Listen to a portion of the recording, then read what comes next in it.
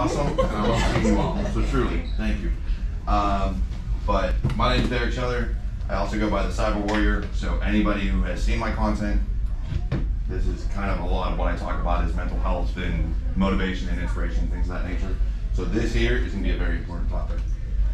So what we're going to cover is a little bit about me. We're going to talk about resiliency, about burnout, and then how to use resiliency to overcome burnout. Anybody that's a military vet, especially in the Army within the past few years, has had talks on resiliency. So you will notice some repetitive slides just because I have pulled some information from those Army presentations. I still have friends, they gave me the content, I'll take whatever, reuse it.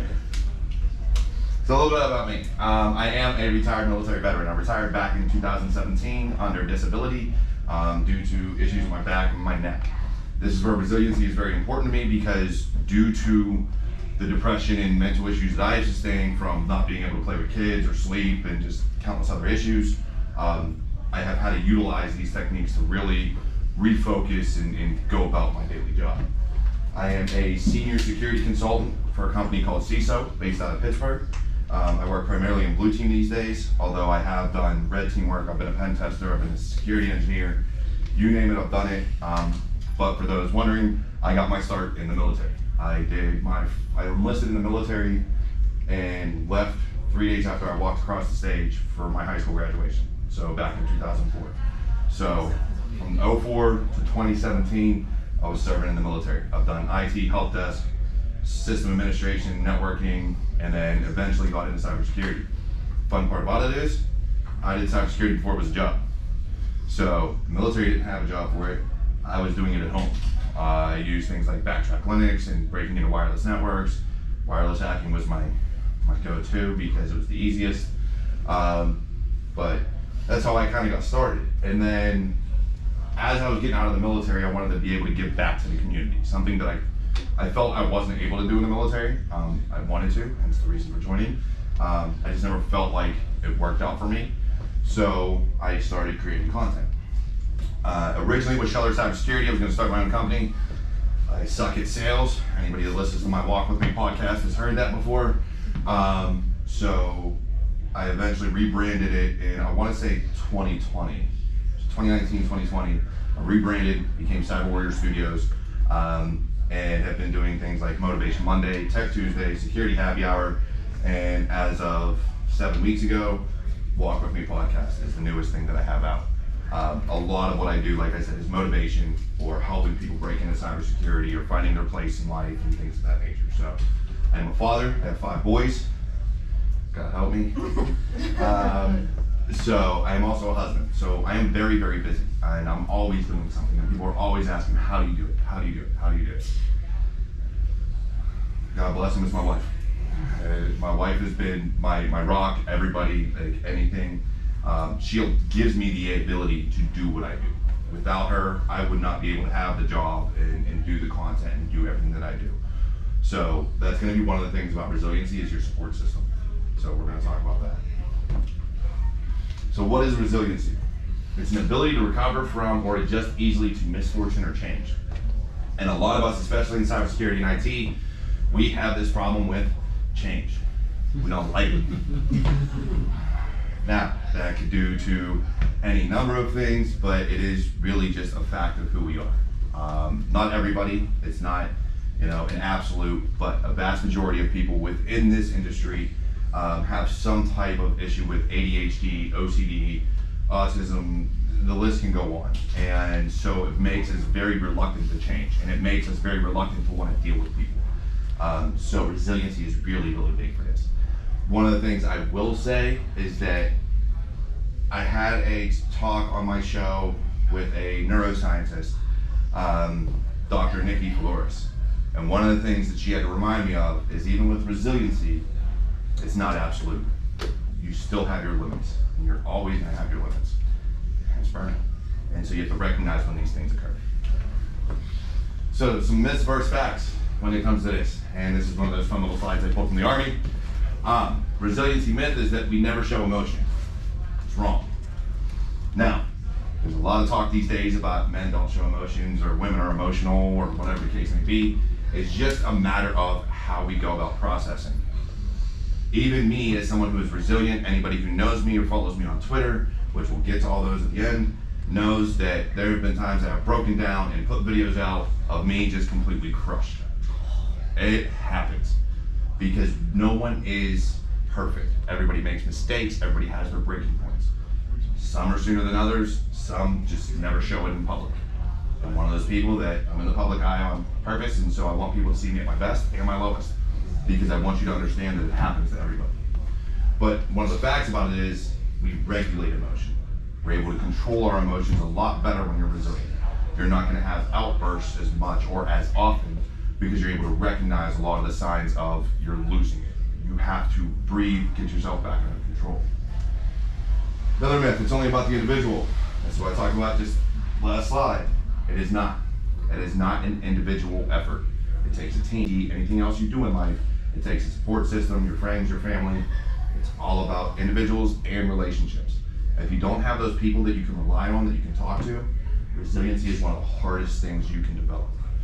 It's not something inherent. You develop these techniques over time. You must handle everything on your own. Wrong. Asking for help. Don't be afraid to ask for it. Why be afraid to ask for help? It's not a sign of weakness. It's, holy shit, I don't know what I'm doing. I need to, excuse my French, sorry. I need help. I need this assistance. Can you please, help me with this project? Or, look, I'm struggling. Can I vent? Whatever the case may be. Always act fast. No. You need to know when to slow down. We have been in a grind mentality for so long. I've got to go, go, go, go, go. I've got to make money. I've got to do more. I've got to do more. I've got to do more. No. Slow down. Take a beat. And recognize when you have to adjust fire, when you have to make changes, when you have to adapt. If you're constantly going and you never take a second to really evaluate where you're at, then it makes it very difficult to adjust when you absolutely need to. You're always fully composed. No. It's not always pretty. We all have our issues, and we're going to break down, whether it's online, whether it's to our spouses or our families or our friends. It doesn't matter. You're going to break down. You're going to have those moments when you just can't do it anymore. And it happens. Again, these things are inevitable. You're going to break. It's all on how you handle it. Have it or you don't. Nope. Just said this. You can develop resiliency. You can learn how to control your emotions. You can learn how to realize that there are just some things in life you cannot change, and there are some things you need help with. It just takes time. It takes patience and the willingness to be open-minded to learn about these things. So much in our lives, we're so closed-minded and feel like, oh, I only want to learn this. Again, I was surprised any of y'all showed up, I ain't gonna lie, because it's not technical.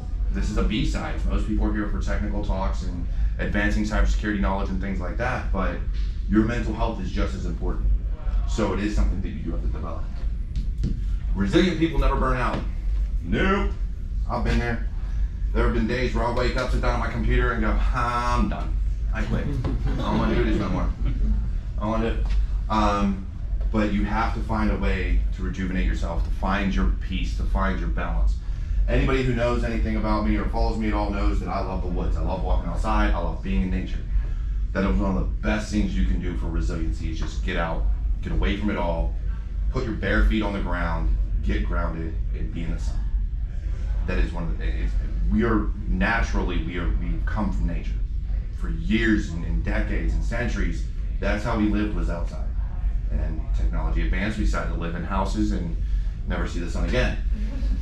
One of the worst things you can do, not only for your mental health, but for your body. You need sun, you need vitamin D, you need to be able to do these things. So yes, go outside, get away from your computer, leave your phone inside for at least 10 minutes, please. And one of the first things you should do in the morning is not turn on your phone. I do it. Look, I'll be the first one to admit that I do it. I know I shouldn't, but I also am also the first one to put my phone down at night. Your phone should be off 30 minutes before you go to bed. You don't touch your phone, you don't look at your phone, you don't even take it in the room with you. Because the moment you get a notification, it's gonna light back up and the blue light in the phone is gonna affect your sleep patterns. And that's what helps rejuvenate you is your actual sleep. Who here has gotten 8 hours of sleep and then still felt tired in the morning? Me. It happens. You have lights, TVs, phones, all these things in your room. Your room, it should be dark. Once you turn that light off, no other lights turn on. No blue light, no nothing. Because then your circadian rhythm, all these things, and you're able to actually hit REM and get the rejuvenation that you need.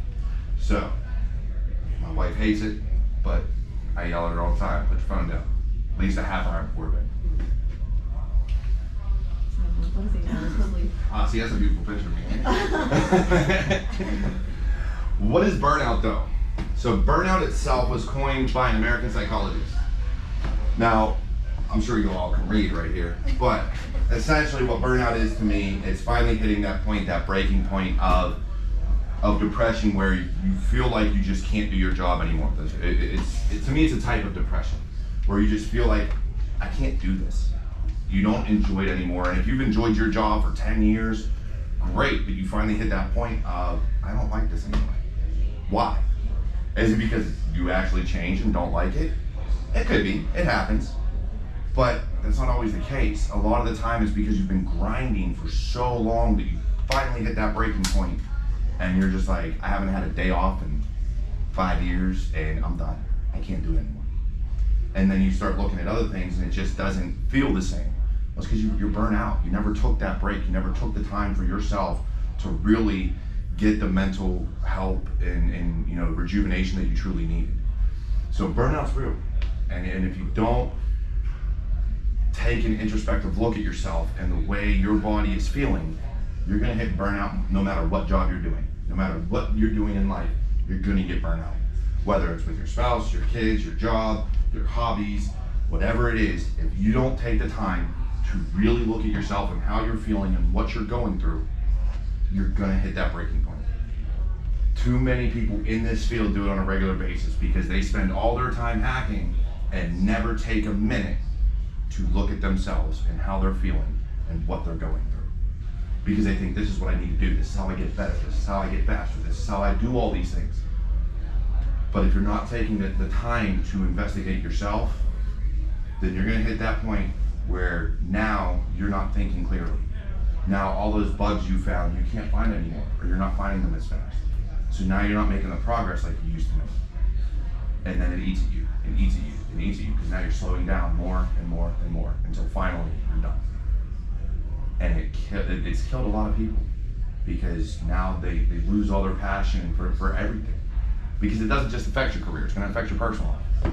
When you get burnt out and you truly get depressed and you finally hit that wall, it will affect everything you do in life. Because those things that made you happy, that gave you enjoyment, you're no longer getting. So then how are you gonna find enjoyment in anything else because you've burnt yourself out from what was giving you pleasure? So just something to think about, that it is, so many people say it's not real, it is real. It's just as real as imposter syndrome. These things are very, very real, and they are part of our mental health. So how do we use resiliency to overcome burnout? Oh, there's so much you can do. One of my other fucking army slides. So one of the big things, you can talk to your friends. Always open up with your friends. Find that, even if it's just one person, have one person that you can talk to. And it doesn't have to be about your job. It could just be something completely off topic, but it's somebody that when you're struggling, when you're dealing with problems of depression or of mental health, or you just want to vent to somebody about, hey man, I had a rough day and I really want to smack someone right now. And it's like cool. So you want to go grab a beer, or you want to go hang out, or you want to go do something? No, I just want to vent and get that off my system. Oh, okay, cool. And you have these talks, and it can be very brief, it can be very long, or you can talk about kids, you can talk about whatever it is. But it's getting your mind off of it and being able to have these things. Finding a hobby is another thing. Finding a hobby, I say finding a hobby outside of what you do as your career. A lot of us suck at that too. But basically get away from your job. So as long as what you're doing outside of work does not contribute to work. And by that I mean, you should not get off of work and then be researching things for clients because then you're still working. Yeah. You're not taking time to do what you want to do. So my passion projects and the things that I do outside of work is this. I do mental health, I do podcasts, I do content creation, I drink beer, I do all these things that aren't cybersecurity related, with the exception of happy hour. but I get to drink beer and talk to people, so it's kind of fun. Read a book, and I don't mean a learning book. So many people are like, oh, read Atomic Habits, great book, but you don't necessarily have to do that. Sometimes we just need an escape. I'm a huge fan of all the Harry Potter, Rick Riordan, and every fantasy book you can think of. I can give you a slew of them just off my phone. I read books to escape so that I don't have to be in the present. I don't have to be living in a world, in a society that has all these issues. I can find a place that's different, with magic, with where you can suspend your imagination. Watch movies. Marvel is great for that. Look, if you like, go ahead, watch Marvel. People are like, oh, but it's not real. Oh, that's exactly the point. That's the point, because I wish I had superpowers like that, okay? Come on now. Write a journal. Write your thoughts down in a journal. Because if you're writing them down, then it's allowing you to feel. And that is something that we are so afraid of. We are so afraid of feeling our emotions, of dealing with them, that we run from them. You may not realize you're running from them, but if you're not actively sitting there dealing with your emotions and processing it and working your way through it, then it's going to come back, and it's going to come back in a bad way. So write it out. Write why you feel that way. Write what's going on in your life. And it's going to help you get to a point where now you're not burning out, because you're writing it. You'll recognize the signs of when you're getting to that point. You're like, I need a vacation. I'm signing off for a week. I'll see you later. Like you'll be able to realize it because you're writing it down, and you'll see it. Set goals. One of the most important things you can do in your life is set goals. Because you have to have, we all need purpose in life. As humans, we need a purpose. If we don't have a purpose, then we're wandering aimlessly, and you're never gonna feel satisfied. You're never gonna find success. You're never gonna do anything like that because you feel like you have no purpose. That is the biggest problem with military veterans today. Once they retire, once they're discharged, they feel like they don't have a purpose. Because their whole purpose was serving their country. Their whole purpose was going to war or doing all these different things, and that was taken from them. No one taught them how to set goals. No one taught them the things they need to do to adapt within civilian life. And setting goals is the biggest thing you can do, because you find a new purpose in life. You find your way and you start seeing progress. If you don't set goals and you don't see progress, then what are you working towards? What are you actually trying to do? What are you trying to accomplish? So set goals. And I mean set all types of goals, from daily to weekly to monthly to yearly to 5-10 year goals, 20 to 30 year goals. Go as far out as you want and as short term as you want. But that way, every day you're seeing progress, you're seeing movement, and you're able to look at it, and you don't get burnt out as easily now, because now you're looking at your goals, and instead of like getting burnt out because you feel like you're not going anywhere in life, you can take a look at yourself like this and then look at what you did yesterday and go, huh, I actually did do something today. All right, cool, it's a good day. We're making progress here. But if you don't see progress, if you didn't set these goals and you're not seeing yourself move towards them, then you're gonna look at yourself, and then you're gonna look at yourself from yesterday, and you're gonna ignore it, and you're gonna look at the person that's been doing this job for 5,000 days, and you're gonna be like, I don't belong here.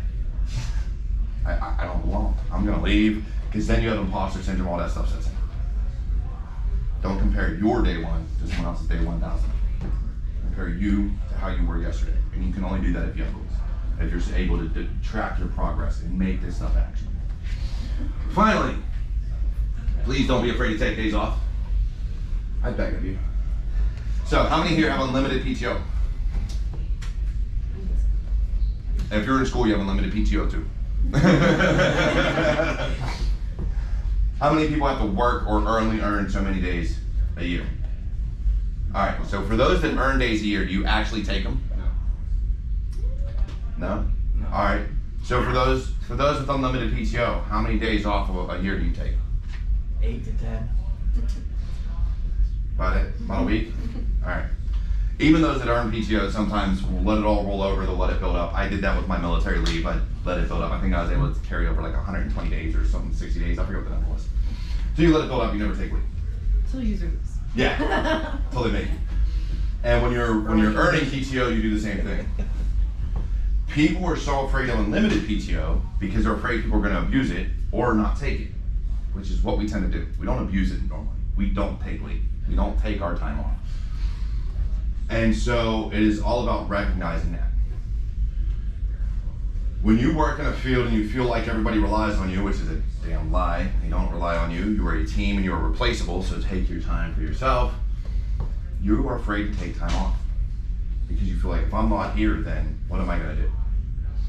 I don't know, go outside, get some sun, say hi to the birds, I don't know, anything. But you have to take that. So I have unlimited PTO in my job right now.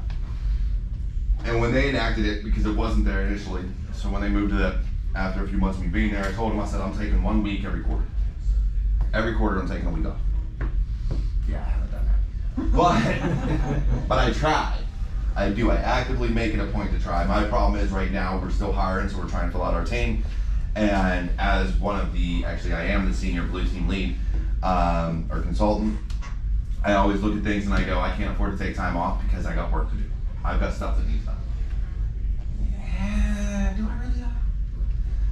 I do, but you get your work done before, plan for it after, and you make sure you have that week off. Take it off. If you have unlimited PTO and you're not taking at least 2 weeks a year, you're doing yourself a disservice. If you have that days off that you earn, look, I don't know if you plan on leaving and you're hoping to sell that PTO back to the company and get paid for it, which is what a lot of people do. Me personally, anytime I work somewhere, I don't plan on leaving. So I'm gonna get my paycheck, and even if I leave that company, it'll be because I'm working for another company making more money, so what do I care about PTO that I'm selling back? Use your PTO, because guess what? That money that they're giving you is money you were gonna make anyways, taking the time off and taking the time for yourself. And this is what burns you out, is when you're not taking the time for yourself, you're not taking that time off. We are all replaceable. So whether you take that time off or not, they're gonna replace you the moment you leave. So take the time for yourself. Your mental health is more important than a company. It always will be, because you have to take care of yourself. All right. What do you know? PTO guilt, what we were just talking about. So this was actually put in because I gave this as a lunch learn for work, and I talked to my boss about it. He goes, hey, put this in because it's really important. So I said, okay. Completely forgot I had this slide in there. Thanks, Eric. So PTO guilt. You always feel the need to answer emails, and we just talked about this, and having our phones on and being able to turn them off. I have every work application on my phone that I need to respond to emails, answer Teams messages, or Slack, or you name it, I basically get it all. When I'm on PTO, I turn every single notification off if I don't delete the application altogether. You have to, because what's gonna happen is you're gonna get that notification, you're gonna look at your phone, you're gonna be like, oh, this is an emergency. No, it's not. It's your boss probably asking you to do something next week when you get back. And if it is an emergency, guess what? They can call. Or I don't know, they should have someone there that can actually do the job too, so that you're not responsible on your time off.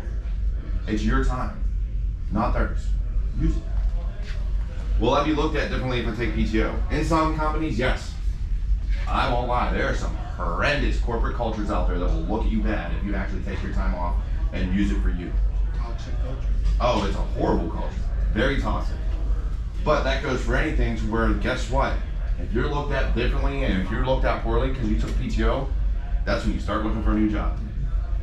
You better be ready to put in your 2 weeks notice, or put in a month notice. I don't know, whatever you want to do. Heck, don't even give notice. Because if they're that bad and they're that bad of a company, do you really care whether or not they're going to replace you? Get a new job and be out there. Be done. There's no reason to sit in a culture like that. Work will collapse if I take PTO. No, it won't. It'll still be there. It was there before you got there, it'll be there when you take time off, and it'll be there when you get back. It's not going anywhere. Work is not going to collapse if you take your time off. I will be overloaded when I get back if I take a day off, or a week off. I know that is a lot of people's fear. That's always my fear. Is that when I get back, that means I got so much nonsense that I'm gonna have to deal with to get caught up on the week that I took off. Here's a little secret. A, you get done anything that you need to get done before you go on PTO. B, anything that occurs while you're on PTO, you're supposed to have someone that can cover down for you. And if you don't, well, guess what? When you get back, take your time and do what you need to do. You're not overloaded. Manage your time wisely. Get back, play it out. You got research to do. If you got emails you need to answer, get back to it when you can. Don't overload yourself and think it has to be done the day you get back. You've got a whole week to get caught up. and maybe 2 weeks, depending on your company. Your boss or coworkers work when out of office. Oh, I yell at my boss about this all the time. Yes, they do. Some people do. I used to do it. I used to call Army television all the time. I called the director, like, hey, look, what's going on with the soldiers? I was in training calling him, and he literally looked at me and he said, dude, why are you calling? Because I'm trying to make sure your stuff's getting done. Go to class. All right, fine, is the work getting done? Go to class. Fine. But I did that. I worked when I was out of office. I don't do it anymore unless I absolutely have to. And if I absolutely have to, that's when my boss will reach out to me on Signal. But if he doesn't reach out to me on Signal, then I know it's not important. It's something he's just letting me know that I can handle when I get back. My boss, on the other hand, likes to work when he's out of the office. Eric, we're gonna have problems, dude. Work-life balance. This is a huge sticking point for people. Huge sticking point for me. Like I said, I got a wife and 5 kids. I gotta be able to do things. Gotta be able to be there for them. When I was in the Army, I was gone more times than I was home. When I deployed to Kuwait, my son called me. He said, Dad, you need to get out. What do you mean I need to get out? He said, you're never home. He wasn't wrong. Between training, deployment, more training, field exercises, you name it, I was gone. I missed out on football. I missed out on school days. I missed out on birthdays. Missed out on all of it. So when I got out, when I got a job, and I got my first work from home job in 2018, it was at that point I said, I'm never going back to an office. Before COVID, before all that nonsense, 2018, I had my first work from home job. It was the best I could do for my work-life balance. Because now, I'm there when my kids go to school. I'm there when my kids get home. I'm there when my kids need to be taking a taekwondo or sports or band or whatever it may be. I'm able to be there for them. Because guess what? When you're with a company that cares about your work-life balance, you're gonna make that time for your family or your friends or whatever you're doing. Because it's important to you. Because you have to take that time away. Because if you don't, all bad. Communicate your boundaries. Monday through Friday, 8 to 5, 9 to 5, 7 to 5, 6 to 5, whatever you work. So 6 to 6, who knows? It's no longer a reality. Grind culture. We like to work 12, 13, 14, 15, 16-hour days. Well, we may not like it, but we do. When I took this job, I made it a point. I am no longer working at all hours of the night for a company. I've got projects and family that are important to me. So at 5 o'clock, unless there is more work that absolutely needs to be done, I sign off of work. I'm done. Unless you absolutely need me to finish something for the next day, which I have done. I've gotten back on the computer at 9 o'clock at night because there was a report that needed done the next day, and for some reason it wasn't done. Yeah, those instances happen. But it's more rare now. It's not like it was before. Take that time. 5 o'clock, if you literally work with a company that says you're at your computer from 8 to 5, that's fine. 5 o'clock, you're no longer at your work computer. Get yourself a second computer, and that's what you use. Use your personal computer if you want to be online. There's nothing wrong with it. You can do more learning and training and be on TryHackMe or doing research or reversing malware or watching movies or whatever, but you do it on a different computer. Get away from work. Because if you're sitting there in front of your work computer and those notifications start going off, you're going to answer them. It's habit. You're going to see it and you're going to be like, oh, I got to respond. No, you don't. Setting a bad precedent for yourself. Plus, there's a lot of work now that is becoming more project-based, meaning it's the delivery, it's the quality of what you're delivering, not the hours you put in. So if you can get something done efficiently in 2 hours instead of 5, you get your projects done, and so now you're working, 5 hours?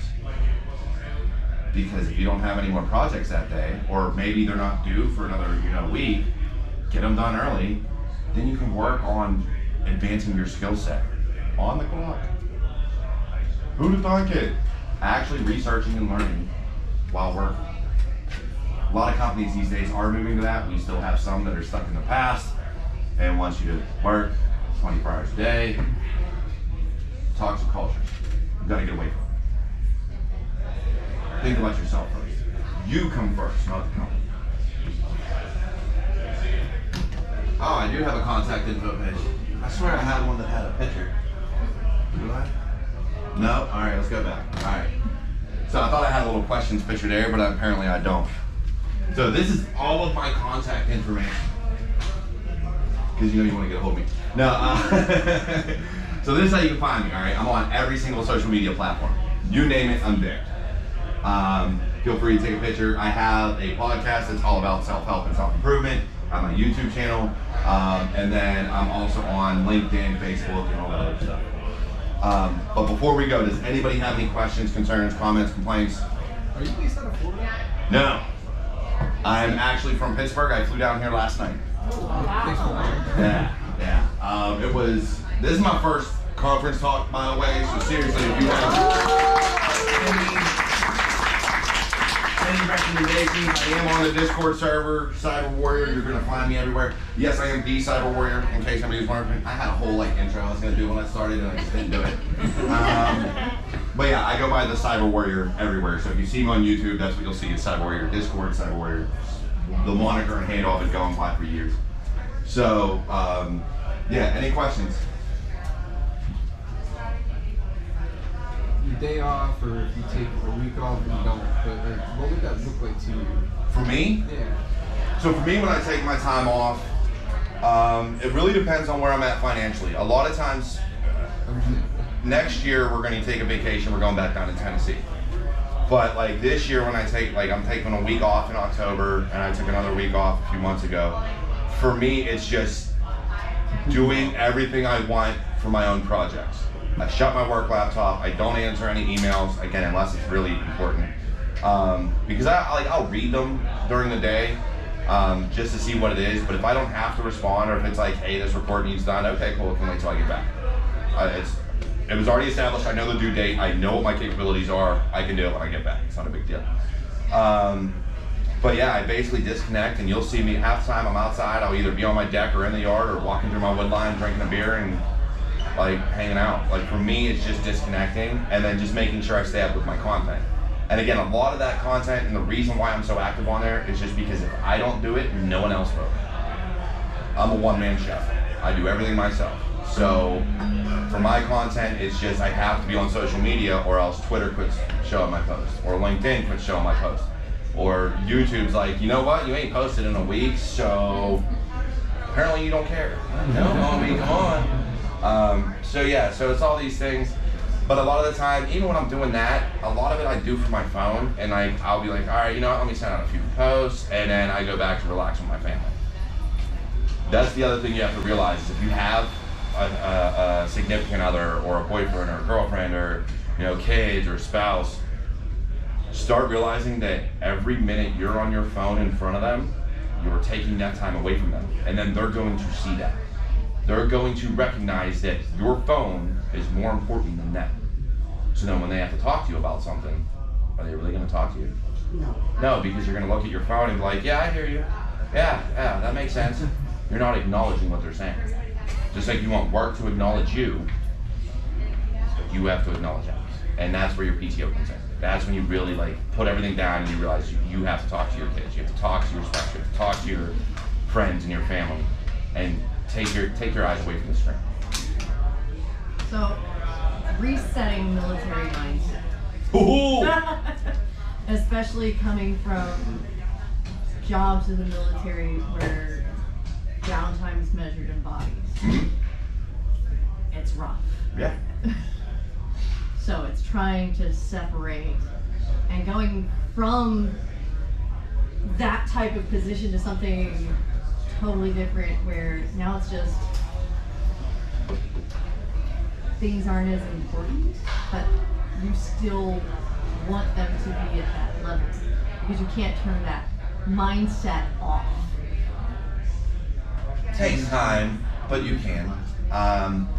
So I don't know what the exact numbers are. I want to say I heard somewhere it was somewhere from 5 to 7 years to truly acclimate to civilian life after being in the military for so long. Oh, jeez. All right, I got a ways to go. I don't know if that's true, and I think it's different for everybody and how you truly acclimate to life. Me personally, being that I was in the Air National Guard first before I went active duty Army, I never drank the Kool-Aid. So for me, my personal time and things like that, yeah, I worked nonstop, but I was never like, oh, I gotta go, and I'm a soldier till I die, and all these other things. That was never me. So when I got out, it was easier for me to adjust. Now my speech didn't, And honestly, if the little one wasn't here, I'd probably be saying things that are way worse. This is the first time I've ever filtered my speech on a talk. Just watch Happy Hour and you'll know. But the way I communicate didn't really change. I still have those military phrases that I say a lot, but I no longer. It took for me to see what I was doing to my family, for me to change. For me, it was, I realized, and I took a good long hard look on, like, I was depressed, I was upset, you know, beyond the physical pain and you know, things that were causing it. I realized I was taking that time away from them. So I had to adjust in that way. And that's really what it took, is you have to look at what you're doing to you, your body, and your family, and decide, I gotta change something. And for me, it was setting my boundaries at work. It was, my time off is mine. When I'm done with work for the day, I'm done with work for the day. There is no, oh yeah, let me do that right now. If it's not due tomorrow, no, I ain't doing it right now. It can wait till tomorrow when I wake up and take a shower and get back to work. So it's just about changing that mindset, and it's gonna take time. It is. It's ingrained in almost every military member, especially Marines and soldiers. Air Force is a little different. We're more of an office job anyway, so we don't really care. But definitely Not when you play where I play. Well, them Ravens are a little different. So. But yeah, it could be hard. But you just gotta, you really gotta take the time to be outside and really look at yourself and be okay with who you are, and then steadily make changes as you go along to make yourself better. Anything else?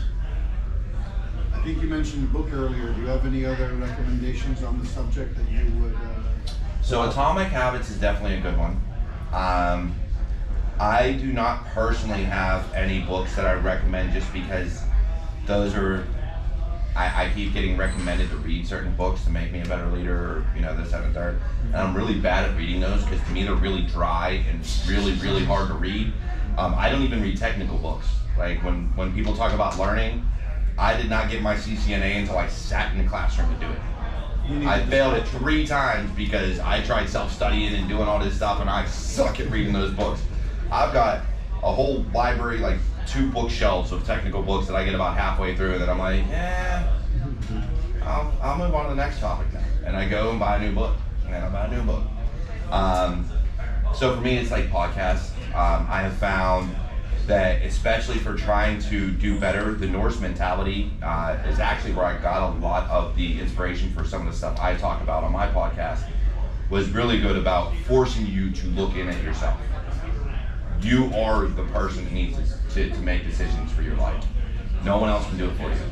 And so listening to that and the way he talked, I may not agree with everything he says, but when it comes to having a better life, there's a lot that he talks about that forces you to really take an introspective look at your life and go, you're not wrong. I really should do things better. So it was a really good podcast that I still listen to this day. And then another good one was Pedals of Support, that I just found recently. And it's just a mom that's kind of like, hey, these are the things that I deal with and that I need to get better at, but by doing so, it can help you get better in your life and the choices you make. That's where I find a lot of my inspiration and the ability to change is podcast. I suck at reading dry material. I'm very bad at it. That's why I read fantasy, because it's not dry usually. Then again, I don't know if anybody's read Lord of the Rings, but that was a 1 read through for me. I could not read it a second time. And I got through it the first time and I was like, great book, never reading it again.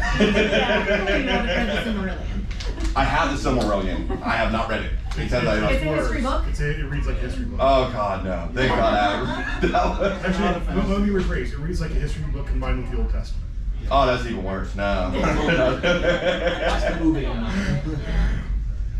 But yeah, so it's about 9:20. The next person comes in at 10. Any more questions before I pack up? All right, go ahead, man. What's your experience doing with imposter syndrome? Ooh, that's a fun one. So I talked about that a little bit. I suffered. So when I first moved back to Pittsburgh, I rented a house, and when I retired out of the Army, I had 4 SANS certifications. I had 3 Cisco certs, my CEH, my CPT. I basically had every letter in the alphabet after my name. But yet you work jobs and you still feel like you don't belong. And you wonder why. I never realized why until this past year. So what I did to help myself is I put all the certifications behind me, so anytime I needed to feel like I belonged, I'd turn around, look at the wall, and go, oh no, I do belong here. But what I didn't realize what I was doing was I was changing the way I think. You want to know where imposter syndrome starts? Right. You're in school, right? Yeah. How long have you actively been working in cybersecurity? Like, even on your own at home? Actively, about a year. Honestly. About a year, right? Yeah. So which means what's going to happen is you're going to compare yourself, and everybody does it. Every single one of us has done it. You're going to compare yourself to a Dave Bombel, John Strand, a John Hammond. You're going to compare yourself to them and be like, holy crap, they know all this, I don't belong here. When what you should be doing is going, so I learned this yesterday, how am I at it today? Oh, okay, I understand a little bit more. You're comparing you to you. Never compare your day one to somebody else's day 1,000. You compare your today to your yesterday, to your a week ago. You're only comparing yourself to yourself, and that is how you beat imposter syndrome. And it's hard. You have to actively make that choice, because you're going to be on social media and you're going to see all these amazing things people are doing, and you're like, I can't do that, I don't belong here. I've got a reverse engineering malware certification from SANS in 2020. I haven't touched it since. And so when I see people reversing stuff, I'm like, I don't belong here. And it's like, but I haven't done it. I can't compare myself to somebody that's been doing the job for 10 years. I have to compare, well, have I been working on it? No. Okay. So maybe that's not the field of study I want to go into, but I'm getting better at vulnerability management. I'm getting better at these other things. So in my eyes, I'm making progress.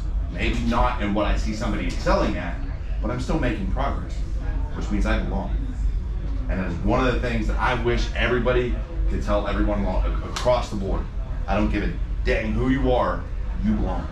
You belong in this field, you belong to keep learning, and I don't care where you're at in your career, whether you're in school, which, by the way, please look me up. I'm doing a new concept for Security Happy Hour.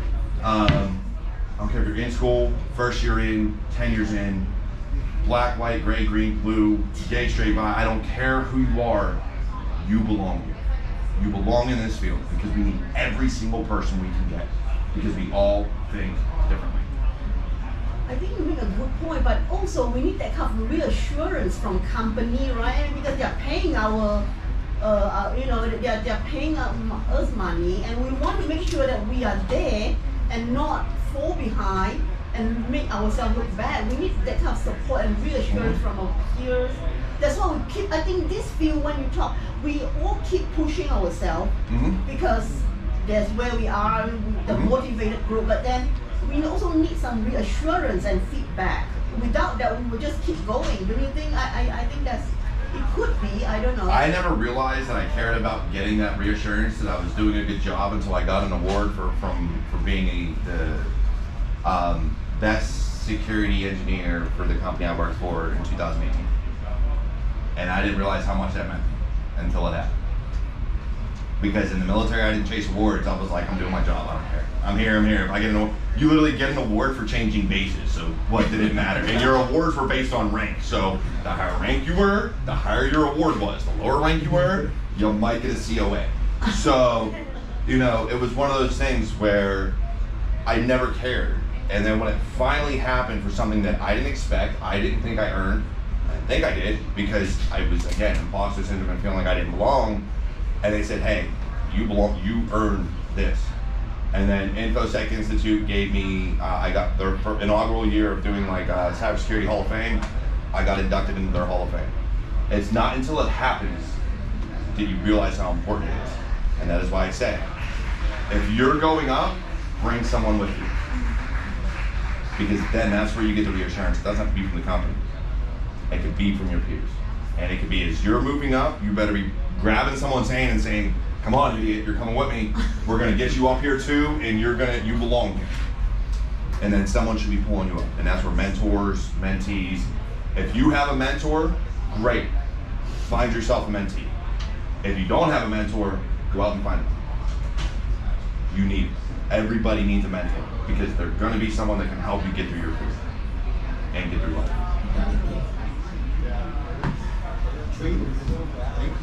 All right. Hey, I might look. I hope y'all are all going to the after party because I'll be there. I forget where it's at, but somebody knows. Bayboro Brewing, 3 blocks up. There you go. Thank you.